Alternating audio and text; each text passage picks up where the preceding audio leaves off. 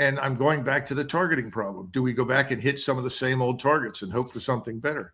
Have we found some new targets? Is the enemy complacent? The enemy just sits there quietly and waits to be found? Has the enemy repositioned any of its assets?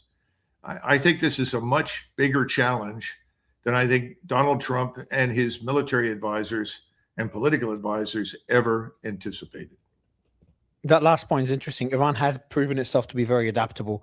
The fact that they were able to fire more missiles today than they have in weeks against Israel, while continuing their daily strikes on the Gulf, while keeping the Strait of Hormuz shut. Now, I know you said they didn't keep it shut. Lloyd's is not ensuring ships going through the straits because Iran's made the threats. They struck a few ships. I think one was struck by a drone a few days ago. But the strait is only closed for, as Iran says, countries that are part of the war, directly or indirectly part of the war. Unfriendly to Iran is what the foreign exactly. Correct, yeah. There's one big concern. We've spoken about this, me and you, and you've actually been very alarmed about this in previous conversations before this war. That's America's air defense munitions. You were talking about how low they were during the Ukraine-Russia war. And now we're here.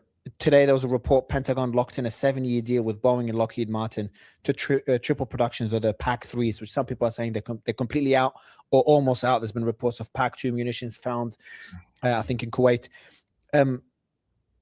How significant is that issue, and how did we get here? It just perplexes me that everyone's been talking about this issue, even people that are very hawkish and very pro-US, concerned about this issue, and then we get into this war and deplete them even further.